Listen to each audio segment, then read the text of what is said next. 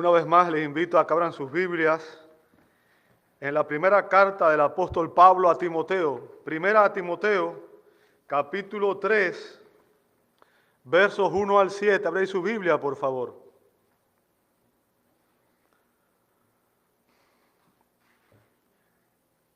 Primera a Timoteo, capítulo 3, versos 1 al 7. Estamos siguiendo una serie basada en la carta de Pablo, las cartas de Pablo a los pastores Timoteo y Tito, ¿verdad? Y obviamente el propósito de estas cartas es enseñar a la iglesia cómo debe funcionar la iglesia de Dios. Y en este capítulo específicamente vamos a ver las calificaciones de los líderes, qué cualidades debe tener una persona para ser líder de la iglesia. Así que 1 Timoteo capítulo 3, verso 1 en adelante, dice así la palabra de Dios. Palabra fiel es esta: si alguien aspira al cargo de obispo, buena obra desea hacer. Un obispo debe ser, pues, irreprochable, marido de una sola mujer, sobrio, prudente, de conducta decorosa, hospitalario, apto para enseñar, no dado a la bebida, no pendenciero, sino amable, no contencioso, no avaricioso, que gobierne bien su casa, teniendo a sus hijos sujetos con toda dignidad. Pues si un hombre no sabe cómo gobernar su propia casa, ¿cómo podrá cuidar de la iglesia de Dios? No debe ser un recién convertido, no sea que se envanezca y caiga en la condenación en que cayó el diablo. Debe gozar también de una buena reputación entre los de afuera de la iglesia, para que no caiga en descrédito y en lazo del diablo. Padre, una vez más, te damos gracias por tu palabra y rogamos que el Espíritu Santo nos ilumine.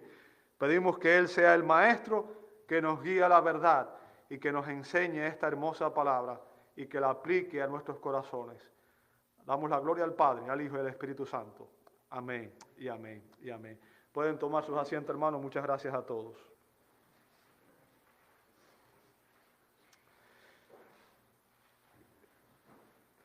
¿Qué requisitos debe tener el hombre que aspira a ocupar la posición de pastor o anciano? ¿Qué requisitos debe tener el hombre que aspira a ser un pastor o un anciano de la iglesia? Bueno, déjeme decirle que en la iglesia de hoy, en muchas iglesias modernas, se cree que los hombres de negocios que tienen éxito en sus empresas son los mejores ancianos. Mientras más éxito tienen en el mundo de los negocios, mejores supuestamente deben ser para ocupar esta posición. Por tanto, no es de extrañar que muchas personas que ocupan hoy posición con el título de pastor se autoperciben a sí mismos como CEO o como ejecutivos de una compañía. Tienen esa visión y manejan la iglesia de Cristo como si fuera un negocio secular y no como lo que realmente es la iglesia del Dios vivo. Por tanto, estas personas toman decisiones ejecutivas en lugar de tomar decisiones pastorales. Ahora, déjeme decirle un principio, un axioma, una verdad, y es que todo, tanto una iglesia, una familia o un negocio, se levanta o cae con el liderazgo. Todo, no importa que sea, la familia, la iglesia o el hogar, se levanta o cae con el liderazgo. Por tanto, la eficacia y el testimonio de cualquier iglesia es en gran medida un efecto o un reflejo de su liderazgo. para que la iglesia funcione de manera adecuada, debe tener una estructura de liderazgo que sea bíblica y debe ser liderada por hombres que tengan las calificaciones requeridas. El Espíritu Santo es quien imparte los dones a la iglesia. Y es el Espíritu Santo el que imparte también el don del liderazgo, el que obviamente da a la iglesia pastores maestros, como dice Efesios 4:11. Es Dios quien llama y quien capacita a aquellos hombres que van a servir en el ministerio. Ahora, es tan importante que los líderes, que los que gobiernan la iglesia tengan las calificaciones espirituales requeridas, que el apóstol Pablo dio una lista detallada de cuáles son las calificaciones en 2 libros de la Escritura. Aquí en 1 Timoteo capítulo 3 y como vimos ahorita en la lectura bíblica que tuve yo mismo en la carta de Tito en el capítulo 1, ¿verdad? Y en estos versos de 1 Timoteo 3, 1 al 7, Pablo da 4 grupos de requisitos para todo aquel que aspira al pastorado. 4 grupos de requisitos para todo aquel que aspira al pastorado. ¿Cuáles son estos requisitos? Bueno, estos grupos de requisitos están relacionados en primer lugar con su convicción. Vamos a ver eso en el verso 1. En segundo lugar, con su carácter en los versos 2 y 3. En tercer lugar, con su conocimiento, versos 2 y el 6. Y en último lugar, con su comportamiento, versos 4 al 7. Ahora, obviamente aquí hay mucho que aprender. Bien, hay mucho que aprender. El día de hoy vamos a ver nada más que el primer punto, su convicción en el verso 1. No vamos a pasar de ahí. Vamos a tomarnos un tiempo para examinar bien las calificaciones del liderazgo, ¿verdad? Pablo comienza diciendo en el verso 1, palabra fiel es esta. Palabra fiel es esta. Y aquí encontramos la segunda de 5 palabras fieles que se encuentran en las epístolas pastorales. Recuerden que dijimos que esta expresión es exclusiva de las cartas de Pablo a los pastores. Usted la encuentra en 1 Timoteo 1:15, en 1 Timoteo 3:1, 1 Timoteo 4:9, Tito 3:8 y 2 Timoteo 2:11. Cada una de ellas comienza así, palabra fiel. ¿Ok? Y cada una de estas palabras fieles, cada vez que Pablo usa esta expresión, introduce una verdad doctrinal de gran importancia para la iglesia y que era ampliamente conocida en la iglesia primitiva. Era una especie de dogma, una especie de una verdad que todo el mundo apoyaba y que la iglesia obviamente reconocía. Sin embargo, en esta ocasión, Pablo menciona no una doctrina, sino un asunto práctico. ¿Ok? Tiene que ver, como dije, con el liderazgo de la iglesia. Y el hecho de que él utilizara esta misma expresión indica que el asunto del cual Pablo habla aquí es importantísimo, es algo crítico para la iglesia. Es de suma importancia, porque se está refiriendo al liderazgo de la iglesia. Ahora, para que usted entienda, le voy a recordar el contexto, sobre todo para las personas que están de visita hoy. En los primeros 2 capítulos de esta carta ya hemos visto que Pablo confrontó algunos pecados y algunas preocupaciones relacionadas con lo que estaba sucediendo en la iglesia de Éfeso, donde estaba pastoreando Timoteo, cuando la iglesia se reunía a adorar.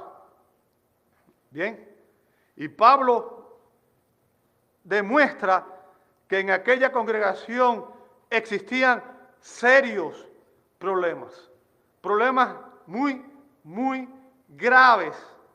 ¿Por qué? Porque habían ancianos, habían pastores que eran los líderes de la congregación y estaban enseñando mala doctrina, estaban enseñando herejías, ¿ok?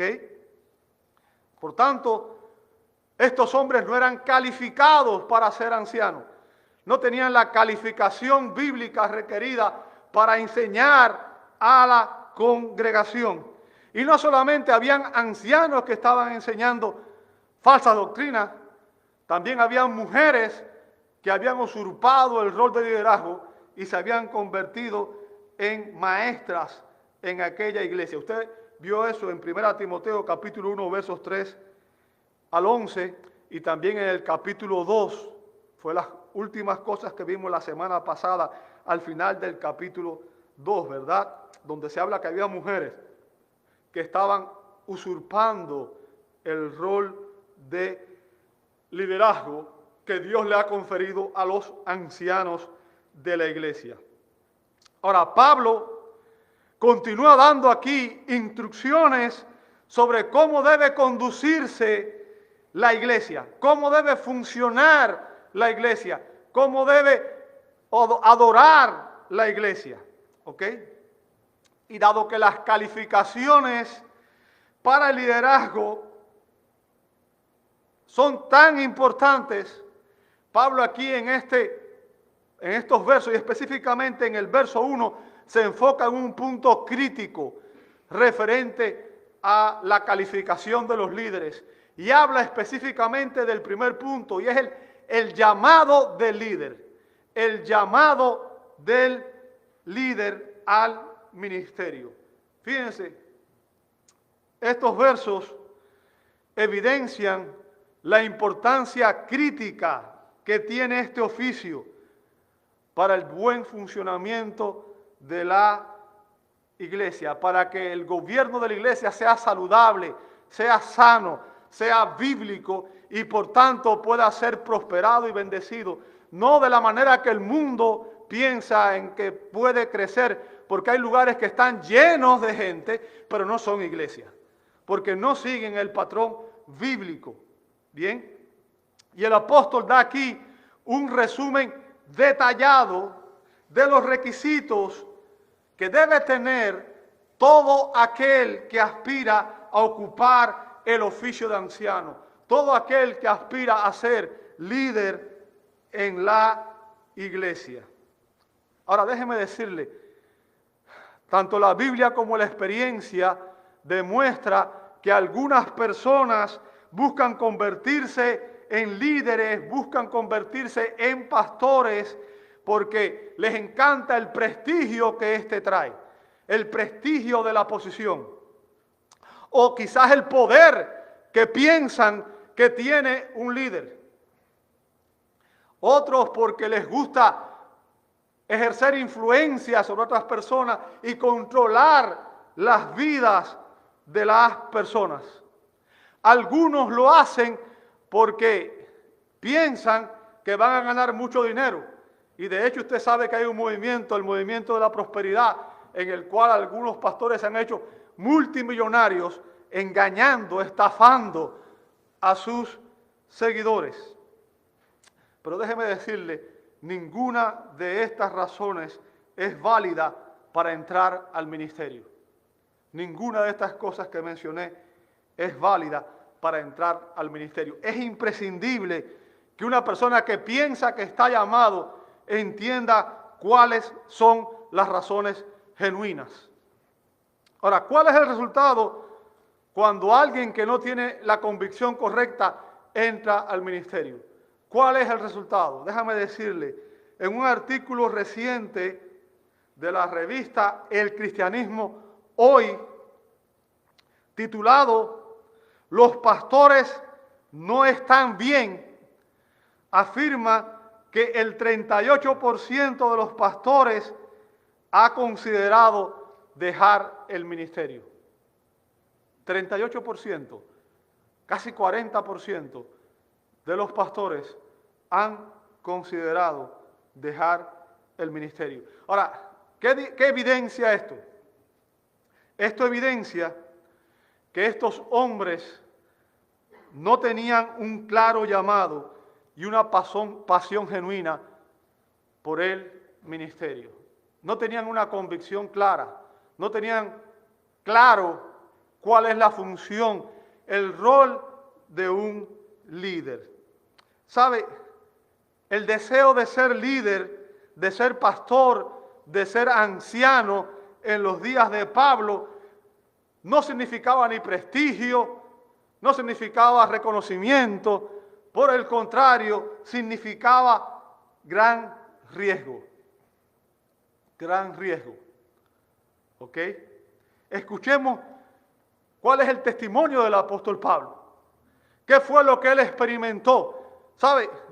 Pablo no andaba en un jet de primera clase yendo a habitaciones lujosas de lugar en lugar. Vea conmigo cuál fue la experiencia de este hombre en 2 Corintios 11, 23 al 29. 2 Corintios 11, 23 al 29. Dice Pablo, son servidores de Cristo, hablo como si hubiera perdido el juicio. Yo más, en muchos más trabajos. Usted ve ahí que el trabajo, que el ministerio es trabajo.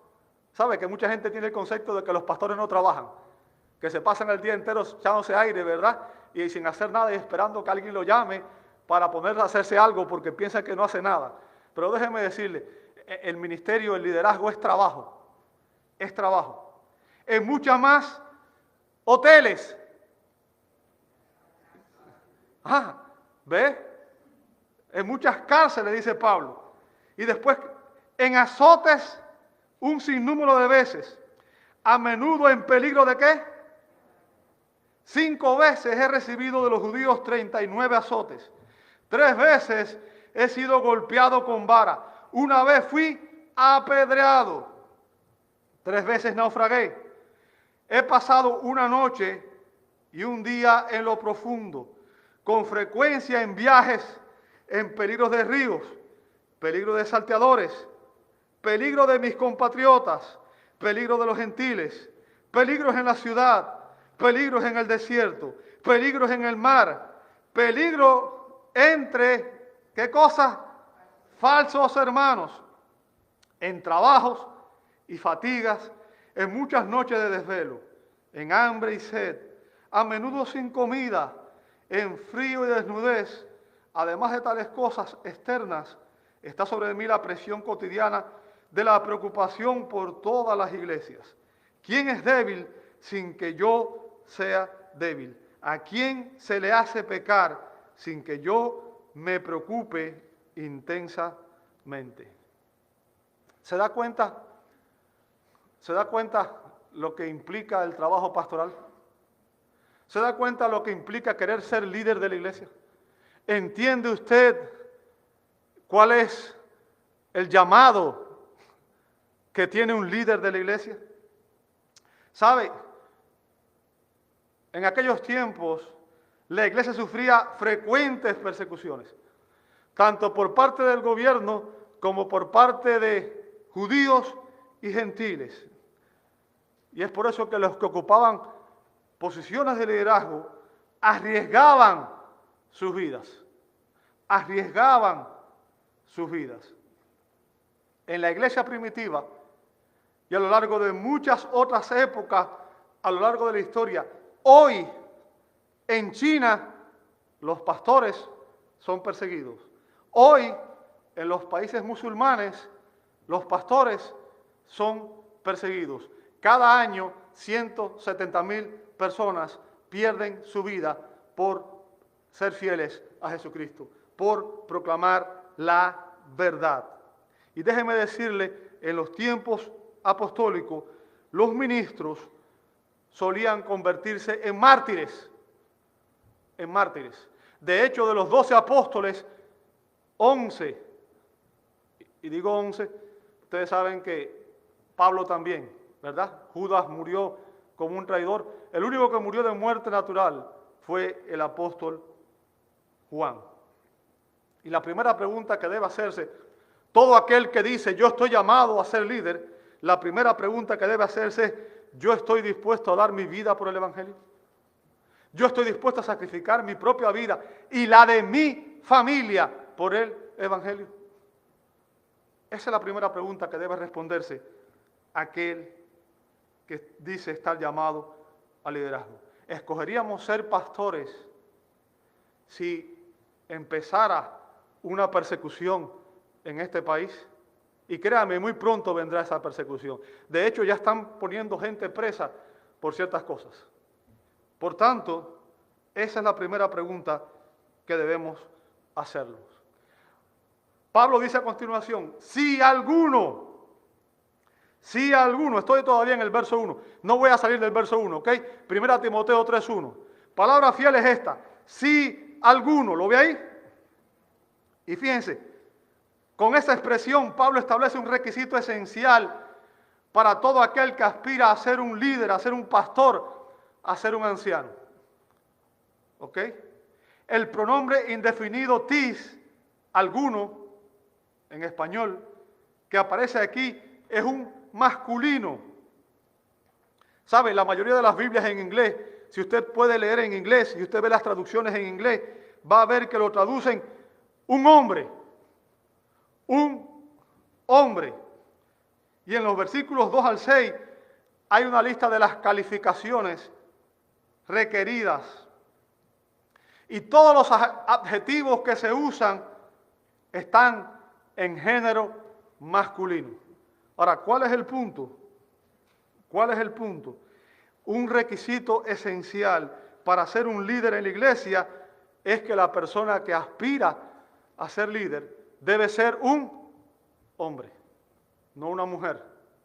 Ninguna mujer debe ocupar la posición de pastora, líder o anciana. No debe. ¿Ok?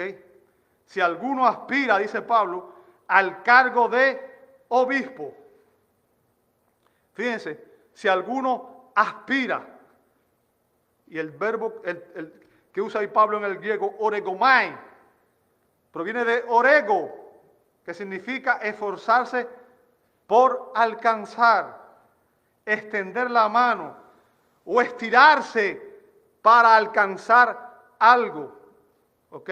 Describe la acción externa y no el motivo interno. Ahora, fíjense, esta persona no solamente aspira, si usted lee todo el verso 1, dice al final del verso 1, que esta persona desea una buena obra, desea. Y el término que usa ahí, desear, epitumeo, en griego, significa desear ardientemente. Se refiere a una pasión. ¿Okay? Destaca el impulso interior más que el objetivo deseado. O sea, se refiere a pasión. Puede tener dos connotaciones, negativa y positiva. En ocasiones hay personas que tienen pasiones negativas, deseos carnales, pero en este contexto significa una compulsión o una pasión por alcanzar algo que, como dije, en este contexto se relaciona con una buena obra, porque se refiere al deseo de servir a Cristo y a su iglesia. O sea, la persona que aspira a esto debe tener un deseo apasionado por servir. Debe tener una pasión por servir a Cristo y por servir en la iglesia. Fue esa pasión la que cuando Isaías escuchó la voz del Señor que preguntaba, ¿a quién enviaré y quién irá de nuestra parte? Isaías respondió, Isaías 6:8, heme aquí, envíame a mí. Esa era la pasión de Isaías, servir al Señor. Así que Pablo describe otros requisitos del hombre que aspira a ser líder, pastor, anciano. ¿Cuál es ese requisito? Y es que debe tener una clara convicción dada por el Espíritu Santo de que está siendo realmente llamado a servir en este oficio. Debe tener una clara convicción dada por el Espíritu Santo de que está siendo llamado a servir en este oficio. El hombre que verdaderamente ha sido llamado al ministerio se caracteriza por una pasión interior que lo consume, y también por una búsqueda exterior disciplinada. ¿Ok? El hombre que ha sido llamado anhela servir y disciplina su mente, su cuerpo y su corazón y se prepara para hacerlo con excelencia. Estudia, lee, medita y se entrena. Como dice la palabra, procura con diligencia presentarse a Dios aprobado como obrero que no tiene de qué avergonzarse, que maneja con precisión la palabra de verdad, como dice Pablo en 2 Timoteo 2:15. O sea, es diligente en el propósito de entrenarse para el ministerio. La palabra diligencia ahí denota la celosa perseverancia en el logro de una meta. ¿Ok? O sea, es diligente, pone todo su empeño, pone todo su esfuerzo, pone toda su capacidad con el propósito de alcanzar la meta.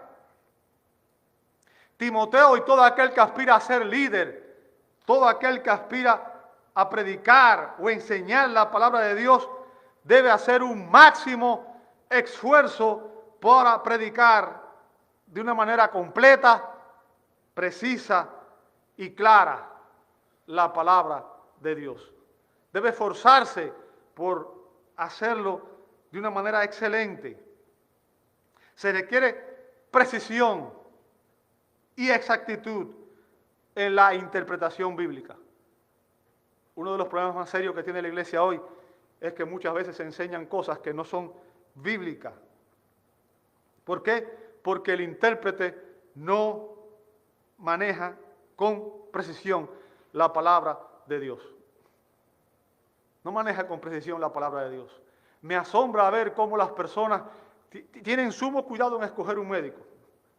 Nadie escoge un médico a la ligera, ¿verdad? Usted no escoge, si usted tuviera que hacerse una cirugía, usted no dice, cualquiera está bien, porque usted sabe que su vida depende de ello.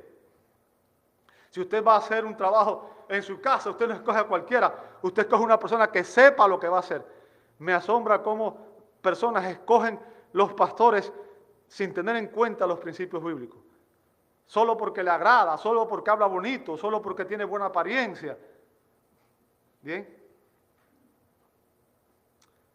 Para ser precisos, se requiere el entrenamiento adecuado.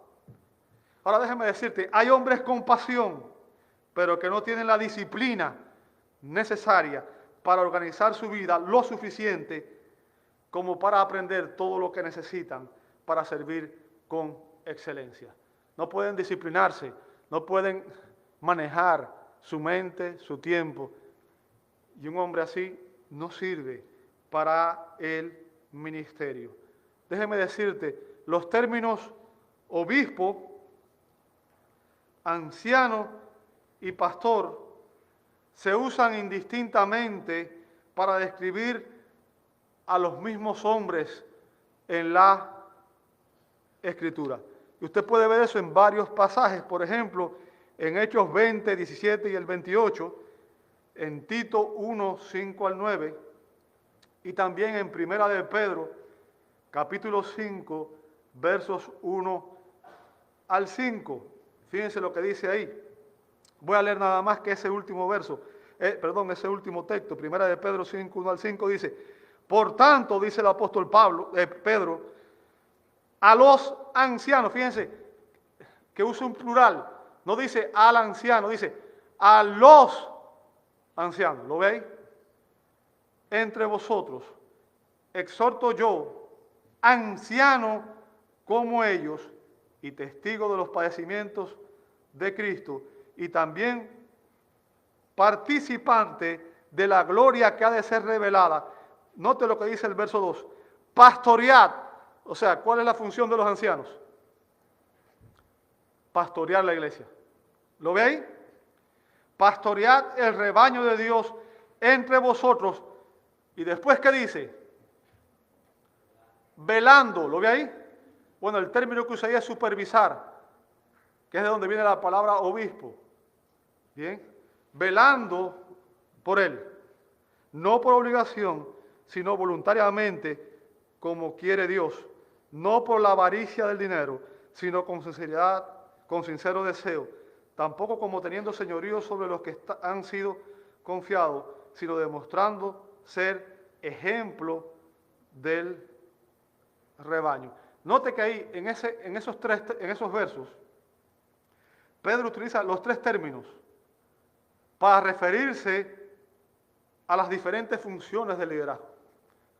Bien, todos parecen usarse indistintamente para designar a las mismas personas y al mismo oficio. Habla de los ancianos, como dije, en plural, porque se supone que cada iglesia sea gobernada, sea dirigida, sea liderada, no por un hombre, sino por un grupo de hombres maduros espiritualmente. Bien, o sea, en cada iglesia debe haber una pluralidad de líderes, debe haber un grupo de líderes piadosos que supervisan y alimentan el rebaño. El término obispo proviene del griego episcopos y significa supervisor o guardián. Y de este término también viene, obviamente, si quizás usted ha oído hablar de la iglesia episcopal, ¿cierto? ¿Ha oído? Las iglesias episcopales. ¿Sabe? De ahí viene incluso un sistema de gobierno. Las iglesias episcopales tienen un sistema de gobierno piramidal. Significa que tienen una persona que gobierna la iglesia. Es el mismo sistema de gobierno que tiene la iglesia católica, ¿ok? Y bueno, apostólica y romana, en la cual se dice que hay un líder que gobierna la iglesia. Hay un papa, ¿cierto? Ese es el sistema de gobierno piramidal. Un hombre manda a la iglesia, controla a todo el mundo. Ese no es un sistema de gobierno bíblico. Y cuando se habla de obispo, se refiere a una función de los líderes, se refiere a que son supervisores del rebaño, ¿verdad? Guardan el rebaño. El segundo término es el término anciano, y también es la traducción de otro término griego, presbúteros. ¿Ok? Presbíteros, de donde viene también, usted ha oído mencionar la iglesia presbiteriana. ¿Ha oído eso, verdad? La iglesia presbiteriana tiene otro sistema de gobierno. Es un sistema de gobierno donde hay una pluralidad de líderes llamados ancianos que gobiernan la iglesia. ¿Ok? El término presbúteros significa una persona mayor, una persona que es madura espiritualmente. ¿Ok? Madura espiritualmente. Y en último lugar, el término pastor. Son los tres términos que usa Pedro en ese pasaje. Poimen se utiliza metafóricamente de aquellos que ejercen el pastorado en la iglesia de Cristo y cuya función principal es la de cuidar y alimentar a la iglesia mediante la fiel exposición de la palabra. Y usted ve eso, por ejemplo, en Juan 21, 15 al 17, cuando Jesús llama a Pedro y lo restaura y le dice 3 veces, alimenta a mis ovejas. ¿Ok? Alimenta a mis ovejas. Ahora, el pastor, quiero que preste atención porque esto es importante. El pastor, entonces, es un anciano en términos de madurez espiritual. O sea, es una persona que es madura espiritualmente. Madura espiritualmente. y un supervisor en términos de ministerio. Por tanto, cuida y alimenta al rebaño. ¿Entendió eso? Voy a repetirlo. El pastor es un anciano en términos de madurez espiritual y un supervisor en términos de ministerio que cuida y alimenta el rebaño. Déjeme decirle, el modelo bíblico para la iglesia es que el gobierno espiritual de la iglesia esté a cargo de una pluralidad de ancianos. O sea, que haya varios líderes. Usted puede ver eso, por ejemplo, Hechos 14:23. Hechos 14:23. Dice así, después que les designaron, ¿qué cosa? Ancianos en cada iglesia. Fíjense, habían ancianos en cada iglesia. Habiendo orado con ayuno, los encomendaron al Señor en quien habían creído. Hechos 20:17. Y desde Mileto mandó mensaje a Éfeso y llamó, fíjense, ¿a quiénes? A los ancianos de la iglesia. O sea, ahí fue cuando Pablo mandó a llamar precisamente a los ancianos de la iglesia de Éfeso, que era la iglesia en la que estaba Timoteo pastoreando, y es a la que Pablo escribió esta carta. Bien, ve que en la iglesia de Éfeso habían ancianos. Tito 1:5, por esta causa te dejé en Creta, para que pusieras en orden lo que queda y designaras, ¿qué cosa? Ancianos en cada ciudad, como te mandé. Por tanto, el gobierno de la iglesia es un asunto extremadamente práctico y teológicamente crítico para su funcionamiento. Déjame decirte, la estructura de la iglesia y las funciones de ministerio bíblicamente establecidas son las que facilitan que la iglesia funcione de manera orgánica. Cuando la estructura de la iglesia está mal, toda la iglesia se va a pique. No funciona adecuadamente y eso trae consecuencias críticas, desastrosas para la congregación. Bien, cuando hay ancianos que no tienen las calificaciones requeridas, es crítico para la iglesia. Trae consecuencias desastrosas para la iglesia. Ahora déjame enseñarte algo que es importante. El Señor Jesucristo es, fue y seguirá siendo por siempre la cabeza y quien gobierna la iglesia. ¿Escuchó eso? Es por eso que todos los signos que cantamos hoy, si usted vio, todos hablan de que Cristo es Rey y de que Él reina en nuestras vidas. Él es Señor y nosotros somos sus siervos, somos sus esclavos, ¿verdad? Cristo gobierna la iglesia.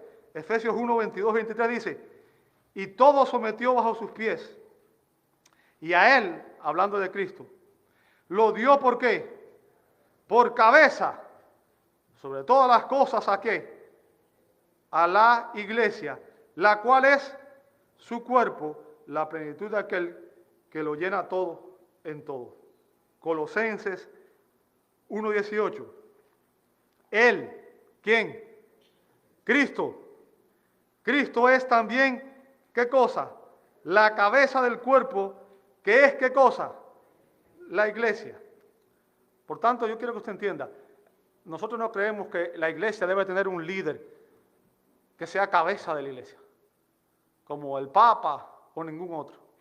Porque en la iglesia hay una sola cabeza, que es Cristo Jesús, el Señor. Él es el Rey, Él gobierna la iglesia. Cristo fue, es y seguirá siendo el príncipe de los pastores, dice Primera de Pedro 5:4. Por tanto, Cristo gobierna la iglesia. ¿Cómo? ¿Cómo lo hace? Bueno, Cristo media su autoridad gobernante, presta atención hermano porque esto es importante, Cristo media su autoridad gobernante en la iglesia a través de siervos piadosos, llamados ancianos, a quienes se les ha delegado esta inmensa responsabilidad. La responsabilidad de liderar, de gobernar la iglesia, de predicar y de enseñar a la iglesia. Vea 1 Timoteo 5:17. 1 Timoteo 5:17. Dice así la palabra de Dios. Los ancianos, que ¿qué cosa? Que gobiernan bien. O sea, ¿cuál es la función de los ancianos? Gobernar la iglesia, liderar la iglesia. Ojo, voy a explicar después lo que significa eso. Porque como dije, no significa gobernar en el sentido que entiende el mundo, en el sentido que tiene la concepción la gente que viene del mundo, que piensa que la iglesia es un lugar donde el líder manda y no hace nada. Recuerde el modelo de Jesús. Jesús dijo, yo vine para servir y no para ser servido. El líder en la iglesia es el que más sirve, es el más humilde, es el más humilde. ¿Ok? No es un CEO, no es el dueño, no es un ejecutivo, es un pastor que ama profundamente a sus ovejas, que vela por su bienestar y que procura lo mejor de ellas. ¿Ok? Los ancianos que gobiernan bien sean considerados dignos de doble honor, principalmente los que trabajan ¿en qué? En la predicación y en la enseñanza. Ahora, aquí hay una diferencia entre dos tipos de ancianos. Dos tipos de ancianos. ¿Bien? Aunque todos los ancianos deben gobernar la iglesia, o sea, el hecho de que existan un tipo de ancianos que gobiernan y otros que no, eso está mal. Esa estructura está mal, está errada. Todos los ancianos deben gobernar la iglesia. Ahora, dentro de los ancianos hay algunos que pueden tener trabajos seculares, o sea, pueden trabajar fuera de la iglesia para sostenerse ellos y sostener a su familia. Y hay otros ancianos, otros pastores, cuya ocupación es precisamente la predicación y la enseñanza en la iglesia. Ok, lo voy a poner de esta manera. En esta congregación tenemos 4 hermanos que me están ayudando a liderar la iglesia. El único que en estos momentos trabaja para la iglesia oficialmente soy yo, el único que tiene un salario por trabajar aquí. Los otros hermanos trabajan fuera para sostener sus familias, ¿ok? O sea, la iglesia no les paga, pero al final ellos son líderes igual que yo. Son líderes igual que yo. Y todos los líderes, todo aquel que ocupa una posición de liderazgo, y esto es importante que lo entendamos nosotros los líderes, o sea, no es a la congregación, es para nosotros, todos los líderes seremos llamados a rendirle cuenta al Señor por nuestro ministerio. ¿Ok? Es esencial que en la vida de la iglesia, que ésta sea dirigida por una pluralidad, por un grupo de líderes piadosos y maduros. Piadosos y maduros, esas dos cualidades tienen que estar en todo anciano. Si no es piadoso y no es maduro, no está calificado para ser ancianos. Ahora, a la iglesia, y estoy hablándole a los miembros de la iglesia, a todos los que son miembros de la iglesia, asisten a la iglesia, a los ancianos se les debe tratar con respeto, con sumo respeto, porque la Biblia tiene en alta estima su cargo. Y es por eso que a los creyentes se les ordena lo siguiente. Escuche bien, Hebreos 13:17. Obedeced a vuestros pastores. ¿Lo ve conmigo? Obedeced a vuestros pastores y sujetaos, o sea, someteos a ellos.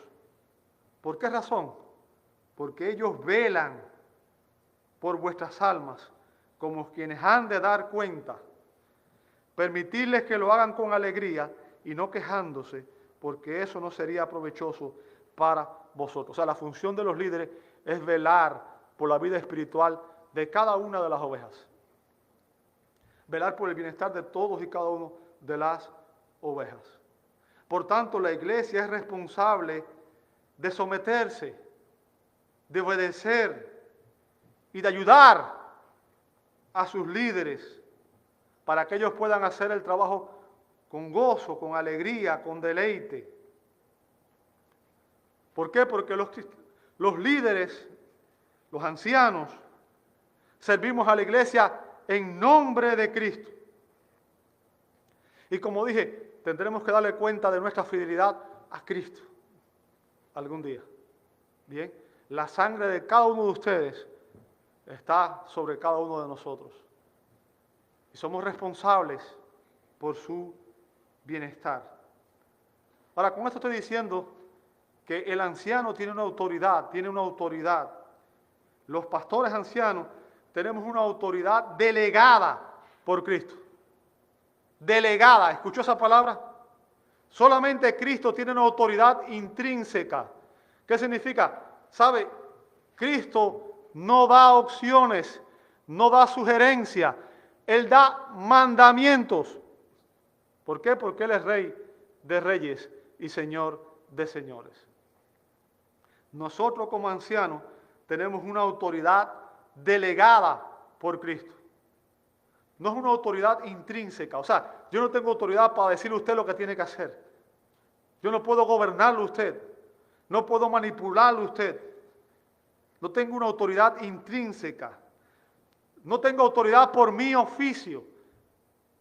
El oficio no te da la autoridad. No es por nuestra posición de liderazgo. La autoridad del líder radica en esto. Escuche bien lo que voy a decirle. Radica en que nosotros predicamos, enseñamos y aplicamos la palabra de Dios. ¿Escuchó?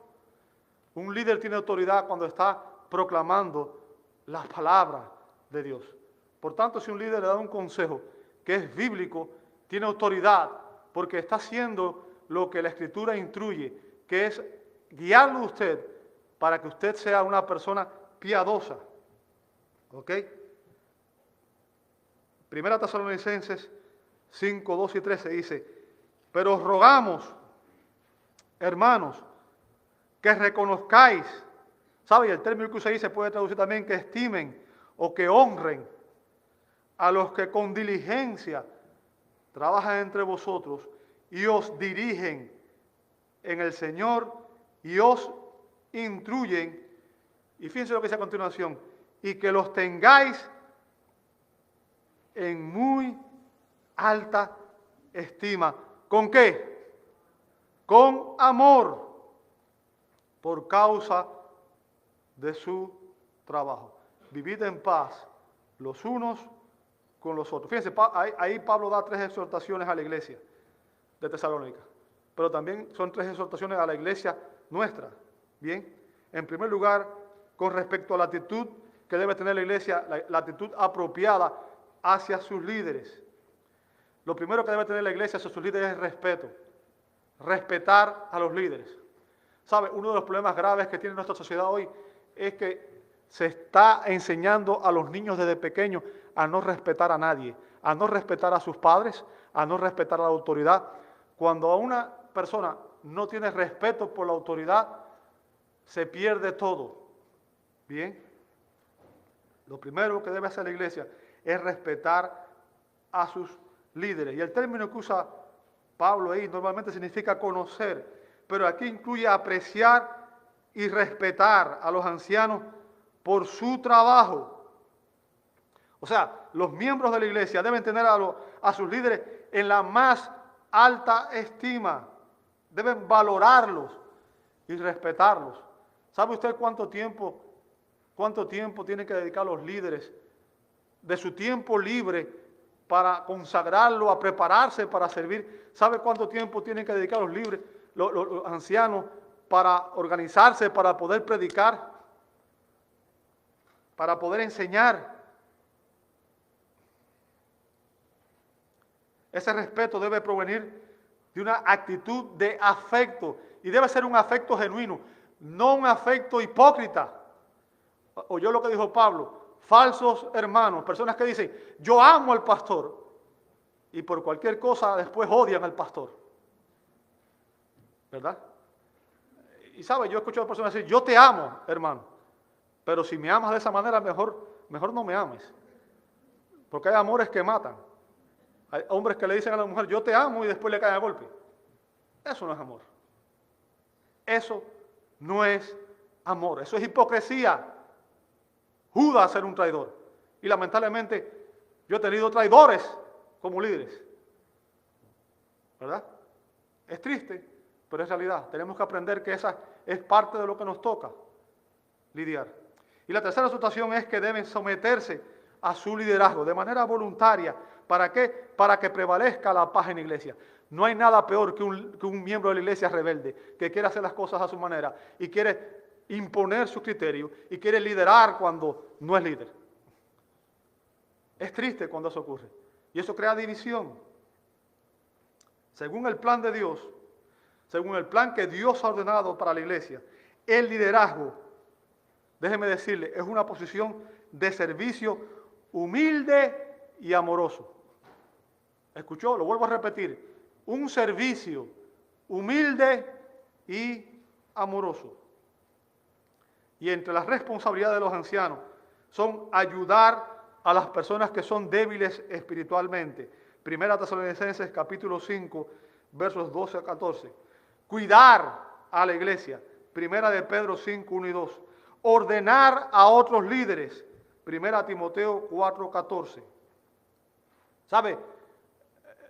Hay líderes que, como los apóstoles, deben ocuparse de forma primordial, deben ocupar todo su tiempo en la oración y en el ministerio de la palabra. Hechos 6:4 dice, y nosotros nos entregaremos a la oración y al ministerio o al servicio de la palabra. O sea, es importante que en la iglesia haya personas que dediquen su tiempo a ese ministerio. Y Pablo dice a continuación que aquellos que desean servir en este oficio de liderazgo, de anciano, de pastor, dice, buena obra desea hacer. O sea, si lo desea, si tiene esa pasión, tiene que entender el riesgo. Pero si tiene esa pasión, si usted tiene la convicción de que ha sido llamado por Dios al ministerio, déjeme decirle, algo que yo tengo claro es que yo no tengo otra opción. Yo no tengo otra opción. Ser pastor es mi única opción. Mi única opción. Ningún otro trabajo me traería satisfacción. Ningún otro trabajo, otro oficio me traería satisfacción.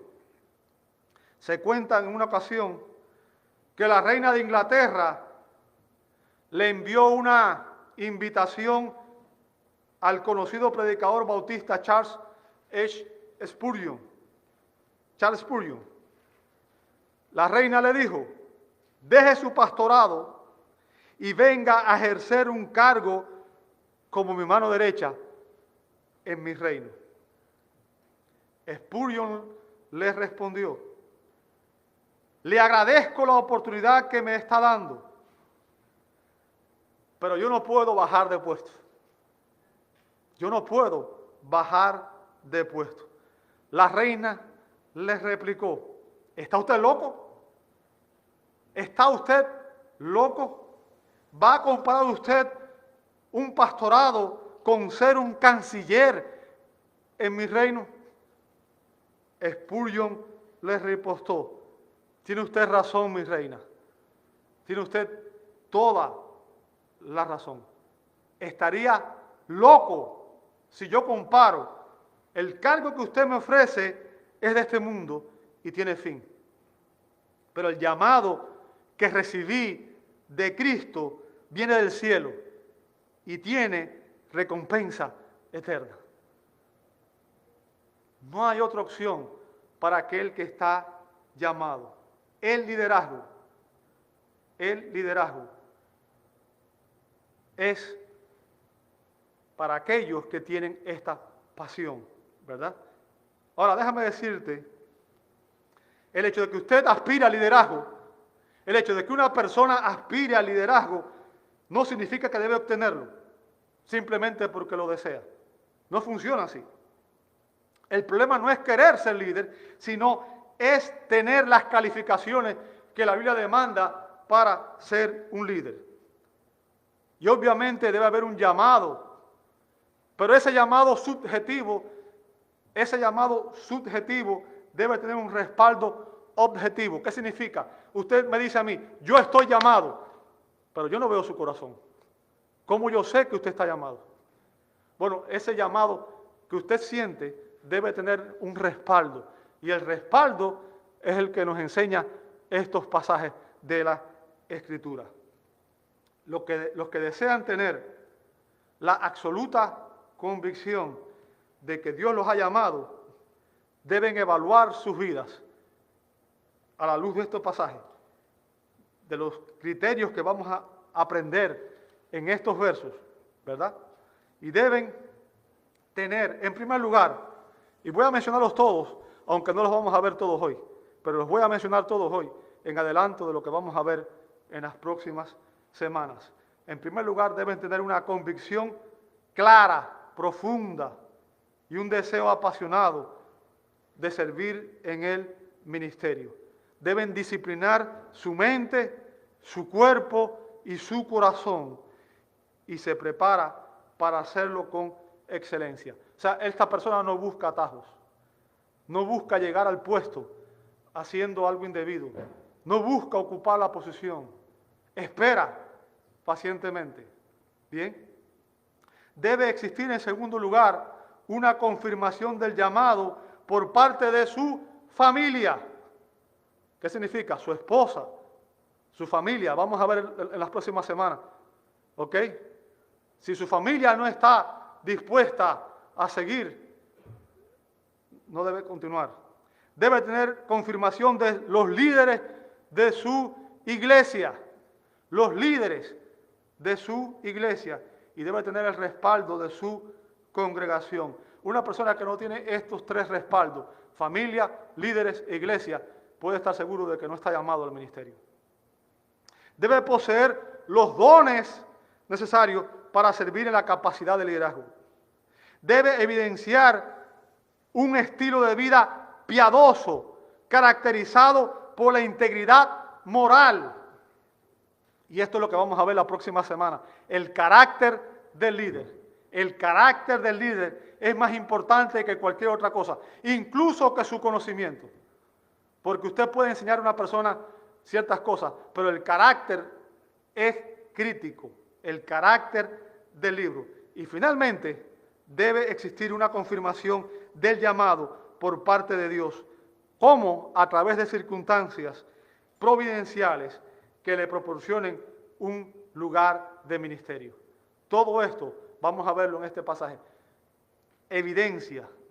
Si usted cumple estos requisitos, usted puede descansar con la seguridad de que Dios lo ha llamado a ser líder de la iglesia. Le invito a orar. Amado Dios, damos gloria a tu nombre. Señor, y damos gracias por tu palabra, porque en ella tú nos enseñas la verdad. Y nos enseñas, Señor, los requisitos que tú demandas de aquellos que aspiran al liderazgo, que sueñan con ser líderes. Señor, ayúdanos a examinar nuestras vidas a la luz de estas enseñanzas. Señor, y que entendamos el precio que representa asumir esta responsabilidad, que entendamos que es un llamado al servicio humilde, que es un llamado a someternos a Cristo como la cabeza de la iglesia, que es un llamado a servir a nuestros hermanos con amor, con devoción, con entrega. Y que, Señor, al hacerlo, podamos ser sinceros con nosotros mismos y podamos ser sinceros ante ti, que eres la cabeza de la iglesia. Señor, ayúdanos.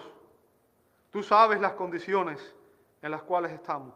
Y pedimos, Señor, que tú nos proveas y nos ayudes para que podamos ser la iglesia que tú quieres que seamos. Una iglesia en la que realmente honremos a Cristo. Una iglesia en la que Cristo sea glorificado por todo lo que hacemos, en todo lo que hacemos. Provéenos, Señor. Ayúdanos, Señor. Ponemos todo en tus manos. Tú conoces, Señor, la necesidad de esta congregación y también conoces el corazón de cada uno de los líderes. Y pedimos que en tu gracia tú nos ayudes, Señor, a examinarnos a la luz de tu palabra y también nos ayudes, Padre, para que podamos honrarte y la iglesia, esta iglesia sea conocida como una iglesia en la que Cristo sea exaltado y glorificado. Lo pedimos en su nombre. Amén y amén.